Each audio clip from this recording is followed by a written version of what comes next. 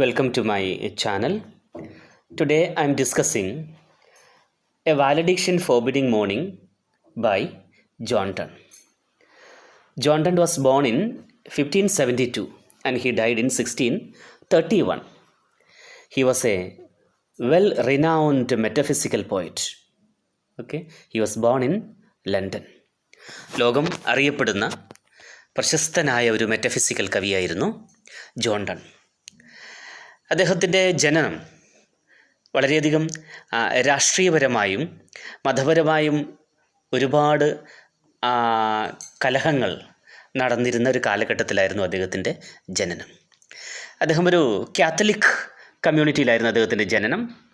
പക്ഷേ പിന്നീട് അദ്ദേഹത്തിന് പല കാരണങ്ങളാലും അദ്ദേഹത്തിന് ആംഗ്ലിക്കൻ ചേർച്ച് വിഭാഗത്തിലേക്ക് മാറേണ്ടതായി വരികയുണ്ടായി.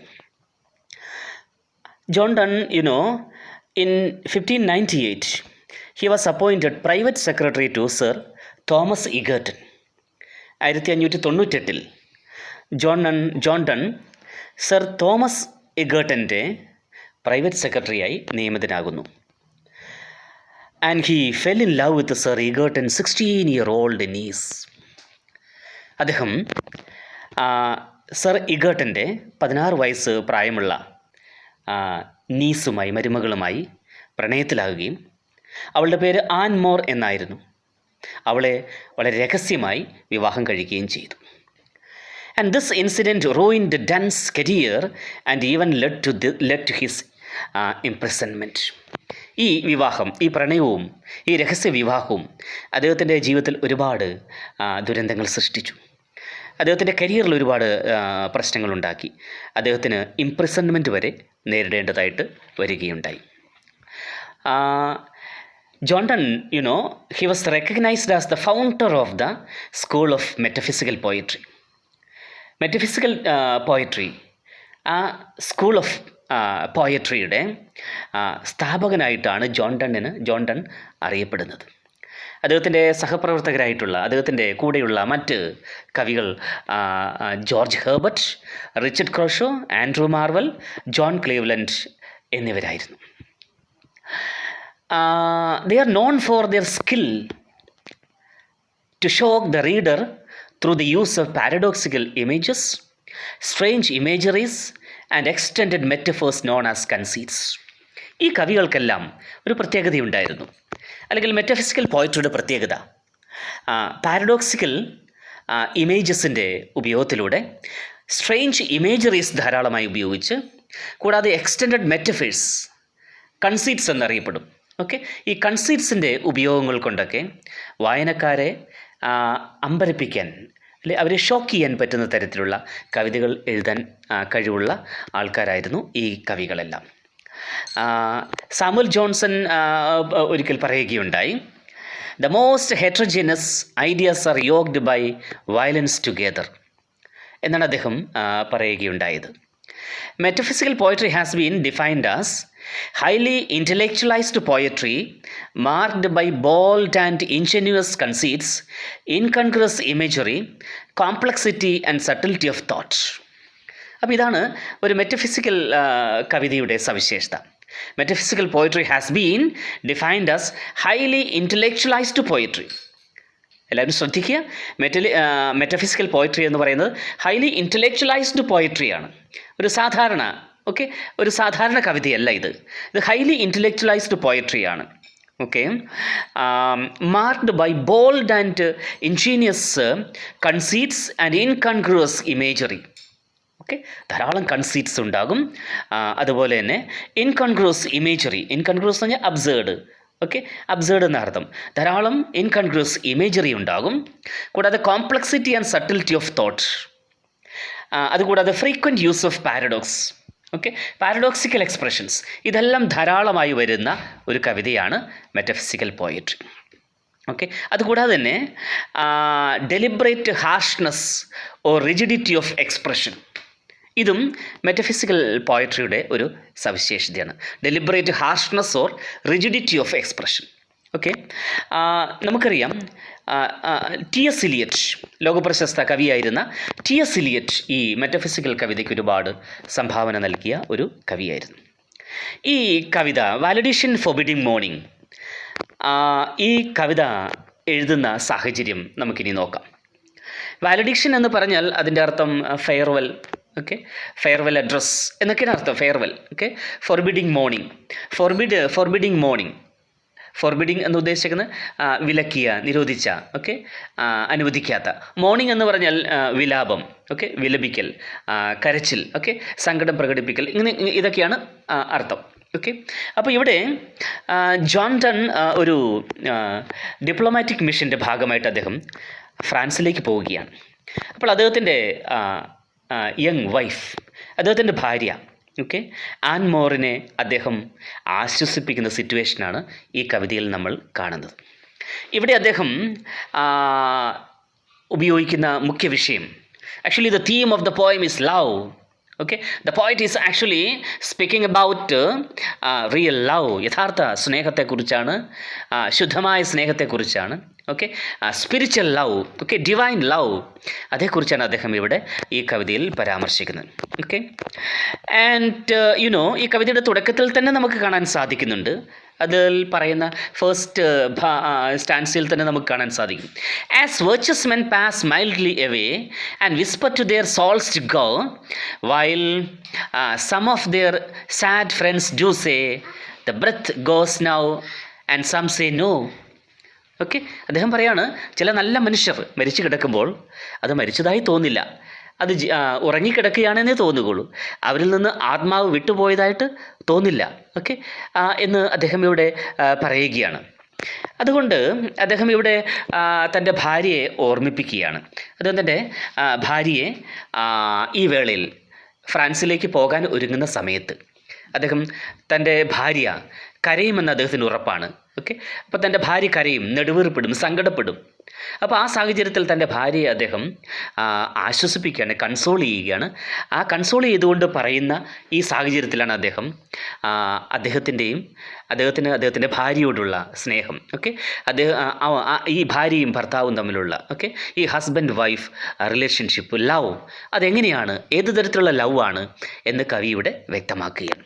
കവി പറയുകയാണ്, ഓക്കെ, കവി തൻ്റെ ഭാര്യയോട് പറയുകയാണ്, ഓക്കെ, ഞാൻ യാത്ര ചോദിക്കുന്ന സമയത്ത്, ഞാൻ പോകുന്ന സമയത്ത്, ഞാൻ പോയി കഴിഞ്ഞാൽ നീ ഇവിടെ കണ്ണുനീർ കൊണ്ട് പ്രളയം സൃഷ്ടിക്കരുത്, അതുപോലെ തന്നെ നെടുവീർപ്പുകൾ കൊണ്ട് കൊടുങ്കാറ്റ് സൃഷ്ടിക്കരുത്. ഓക്കെ. ഇങ്ങനെയെല്ലാം അദ്ദേഹം വളരെ വളരെ ചിന്തിപ്പിക്കുന്ന തരത്തിൽ അദ്ദേഹം അവളോട് പറയുകയാണ്. ഓക്കെ. ഇനി നമുക്ക് ഈ കവിതയുടെ ഒരു ക്രിട്ടിക്കൽ അപ്രീസിയേഷൻ ഒന്ന് വ്യക്തമായി മനസ്സിലാക്കി നോക്കാം. A valediction forbidding morning. This is a typical metaphysical poem written by John Donne. Okay, this is a typical metaphysical poem. John ഡണ്ണിൻ്റെ ഏറ്റവും ടിപ്പിക്കലായിട്ടുള്ള ഒരു സവിശേഷത അർഹിക്കുന്ന ഒരു മെറ്റഫിസിക്കൽ കവിതയാണ് a valediction forbidding mourning. And love is the theme of the poem. As I said earlier, okay, ഞാൻ നേരത്തെ പറഞ്ഞ പോലെ തന്നെ love is the theme of the poem. സ്നേഹമാണ് ഈ കവിതയുടെ യഥാർത്ഥ തീം. And the poet is leaving for France. കവി ഒരു ഡിപ്ലോമാറ്റിക് മിഷൻ്റെ ഭാഗമായിട്ട് അദ്ദേഹം ഫ്രാൻസിലേക്ക് പോവുകയാണ്. And he will be away for A short period. കുറച്ച് നാൾ അദ്ദേഹം ഇവിടെ ഉണ്ടാകില്ല, നാട്ടിലുണ്ടാകില്ല, ഓക്കെ, വീട്ടിലുണ്ടാകില്ല, ഇംഗ്ലണ്ടിലുണ്ടാകില്ല. അതുകൊണ്ട് അദ്ദേഹത്തിൻ്റെ ഭാര്യയോട് പറയുകയാണ്, ഒരിക്കലും നീ സങ്കടപ്പെടരുത്, ഓക്കെ, ഞാൻ പോകുമ്പോൾ, ഞാൻ ദൂരെ ആയിരിക്കുമ്പോൾ നീ ഒരിക്കലും സങ്കടപ്പെടരുത്, കരയരുത്, നെടുവീർപ്പെടരുത്, ഓക്കെ, എന്ന് അദ്ദേഹം തൻ്റെ ഭാര്യയോട് പറയുകയാണ്. And the poet then pacifies his wife. കവി തൻ്റെ ഭാര്യയെ പസിഫൈ ചെയ്യുകയാണ്, ആശ്വസിപ്പിക്കുകയാണ്, ഓക്കെ, സമാശ്വസിപ്പിക്കുകയാണ്. He talks about their love. പിന്നീട് അദ്ദേഹം അവരുടെ സ്നേഹത്തെക്കുറിച്ച് പരാമർശിക്കുകയാണ്. He says to his beloved that their love is no ordinary love. It is some kind of cosmic love, entirely spiritual in nature. കവി തൻ്റെ ഭാര്യയോട് പറയുകയാണ്, തൻ്റെ ലവറിന്, തൻ്റെ ബിലവഡിനോട് പറയുകയാണ്, അവർ love is not an ordinary love. Okay, നമ്മുടെ സ്നേഹം, നമ്മുടെ ബന്ധം ഒരു തരത്തിലുള്ള സ്പിരിച്വൽ റിലേഷൻഷിപ്പ് ആകുന്നു, സ്പിരിച്വൽ ബോണ്ട് ആകുന്നു നമ്മൾക്കിടയിലുള്ള ആ ബന്ധം. Okay, there is a spiritual bond, നമ്മൾക്കിടയിൽ ഒരു സ്പിരിച്വൽ ബോണ്ട് നിലനിൽക്കുന്നുണ്ട്. അപ്പോൾ കവി he's bidding farewell to his beloved wife. അപ്പോൾ അദ്ദേഹം പറയുകയാണ്, കരച്ചിലും നിലവിളിയും നെടുവീർപ്പും ഇതെല്ലാം എന്താകുന്നു? വെറും വേർഡ്ലി ലവിൻ്റെ ഭാഗം മാത്രമാകുന്നു. അതെല്ലാം സാധാരണ സ്നേഹം മാത്രമാകുന്നു. അതെല്ലാം വെറും ഫിസിക്കൽ ലവിൻ്റെ ഭാഗം മാത്രമാകുന്നു. പക്ഷേ നമ്മൾ തമ്മിലുള്ള സ്നേഹം, നമ്മൾക്കിടയിലുള്ള സ്നേഹം സ്പിരിച്വൽ ലവ് ആകുന്നു. അതുകൊണ്ട് തന്നെ നീ ഇത്തരം കരച്ചിലോ നെടുവീർപ്പിടലോ ഒന്നും ചെയ്യാൻ പാടില്ല. He forbids weeping or mourning. It is for ordinary lovers. അദ്ദേഹം പറയാണ്, it is for ordinary lovers. Okay, ordinary lovers weep and moan. Okay, സാധാരണ ലവേഴ്സാണ് ഇങ്ങനെ കരയുകയും നെടുവീർപ്പിടുകയൊക്കെ ചെയ്യുന്നത്. And she should be glad he's going away because according to Donne, the lover's absence will not diminish their love. കവി പറയുകയാണ്, okay, the lovers absence will not diminish their love. അദ്ദേഹം ദൂരെയായിരിക്കുന്ന സമയത്ത് അദ്ദേഹത്തിൻ്റെ സ്നേഹം, അവർക്കിടയിലുള്ള സ്നേഹത്തിന് ഒരല്പം പോലും കുറവുണ്ടാകില്ല. ഓക്കെ, അതുകൊണ്ട് അവൾ സന്തോഷിക്കുകയാണ് വേണ്ടതെന്ന് പറയാണ്. അതിന് അദ്ദേഹം ഇവിടെ നല്ലൊരു ഉദാഹരണം പറയുകയാണ്. ഓക്കെ, നല്ലൊരു ഒരു മെറ്റഫർ അദ്ദേഹം ഇവിടെ ഉപയോഗിക്കുകയാണ്. Like the Noble metal gold. സ്വർണം നമ്മൾ ഊതി ഇടിച്ച് പരത്തുമ്പോൾ അതെത്ര പരത്തിയാലും അത് പൊട്ടിപ്പോകില്ല. അത് മനോഹരമായി ഇങ്ങനെ പരന്ന് വരികയുള്ളൂ. ഓക്കെ, അപ്പോൾ ഊതിക്കാച്ചിയ സ്വർണം അത് ഇടിച്ച് പരത്തുമ്പോൾ അത് കൂടുതലായി വലുതായി വരും, പരന്നു വരും, പക്ഷെ അത് പൊട്ടിപ്പോകില്ല. അതുപോലെയാണ് നമ്മൾക്കിടയിലുള്ള സ്നേഹം എന്ന് അദ്ദേഹം പറയുകയാണ്. ഓക്കെ, അകലും തോറും നമ്മളുടെ സ്നേഹത്തിൻ്റെ മാധുര്യം കൂടി വരും. ഓക്കെ, നമ്മൾ എത്ര അകന്നിരുന്നാലും നമ്മളുടെ സ്നേഹത്തിൻ്റെ ആ പരിശുദ്ധി കൂടി വരികയുള്ളൂ എന്ന് അദ്ദേഹം പറയുകയാണ്. അദ്ദേഹം ഇനി മറ്റൊരു ഉദാഹരണം കൂടി പറയുകയാണ്. ഓക്കെ, അദ്ദേഹം പറയുകയാണ്, most of the lovers enjoy their sensation. Okay, such lovers naturally, നോക്കുക, സാധാരണ ലവേഴ്സ് അവരവരുടെ ഫിസിക്കൽ ലവാണ് അവർ പ്രകടിപ്പിക്കുന്നത്. ഓക്കെ, സാധാരണ വേൾഡ്ലി ലവ് മാത്രമാണ് അവർ പ്രകടിപ്പിക്കുന്നതെന്ന് അദ്ദേഹം പറയുകയാണ്. ഓക്കെ, അദ്ദേഹം വീണ്ടും പറയുകയാണ്, a brief absence, even a brief absence is unbearably painful. Of course, okay, even a brief absence is unbearably painful. ഒരു ചെറിയ അകൽച്ചയും, ഓക്കെ, ഏതൊരു ചെറിയ അകൽച്ചയും, ഓക്കെ, യാത്രയും അത് പെയിൻഫുൾ ആയിരിക്കും തീർച്ചയായിട്ടും. പക്ഷേ and the poet on the other hand tells his beloved that his absence should make their bond of love stronger. കവി പറയുകയാണ്, okay, the poet says that his absence should make their bond of love stronger.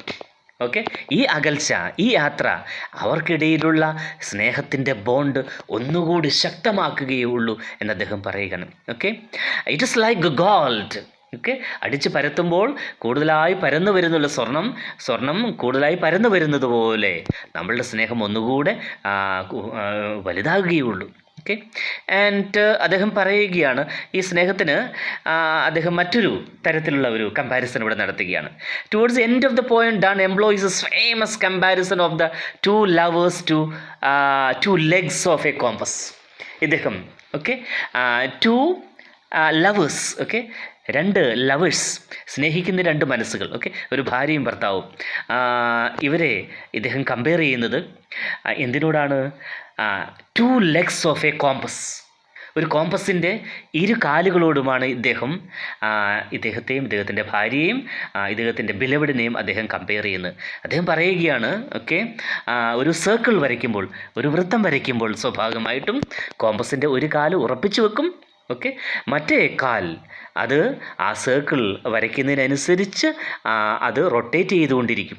അതിനനുസരിച്ച് ആ ഉറച്ചു നിൽക്കുന്ന കാല് അതിനനുസരിച്ച് നീങ്ങിക്കൊണ്ടിരിക്കും. അതിനനുസരിച്ച്, okay, ആ ഒരു സ്ഥലത്ത് നിന്നുകൊണ്ട് തന്നെ ഉറച്ചു നിൽക്കുന്ന കാല് ആ സർക്കിൾ പൂർത്തിയാക്കാൻ സഹായിക്കും എന്ന് പറയുകയാണ്. ഇതുപോലെയാണ് ഇവർ തമ്മിലുള്ള സ്നേഹം എന്ന് അദ്ദേഹം പറയുകയാണ്. ഓക്കെ, അദ്ദേഹത്തിൻ്റെ ജീവിതം ധന്യമാകാൻ, നേടാൻ, അദ്ദേഹത്തിൻ്റെ ജീവിതം ധന്യമാക്കണമെങ്കിൽ അദ്ദേഹത്തിന് പല സ്ഥലങ്ങളിലും അദ്ദേഹത്തിന് പോകേണ്ടതായിട്ട് വരും.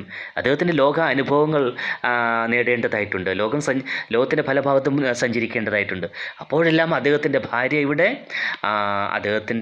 അദ്ദേഹത്തോടുള്ള സ്നേഹത്തിന് അല്പം പോലും കുറവ് വരുത്താതെ ഇവിടെ ഈ ഉറച്ചു നിൽക്കുന്ന കോമ്പസിൻ്റെ കാല് പോലെ ഇവിടെ തന്നെ ഉറച്ചു നിൽപ്പുണ്ടാകും എന്ന് അദ്ദേഹം പറയുകയാണ്. തിരിച്ചു വരുമ്പോൾ, അദ്ദേഹം യാത്ര കഴിഞ്ഞ് തിരിച്ചു വരുമ്പോൾ ഉറച്ചു നിൽക്കുന്ന കോമ്പസിൻ്റെ കാല് നല്ല നേരെ നിൽക്കും. ഉറച്ചു തന്നെ നേരെ നിൽക്കും അദ്ദേഹത്തെ സ്വീകരിക്കാനായിട്ട് എന്ന് പറയുകയാണ്.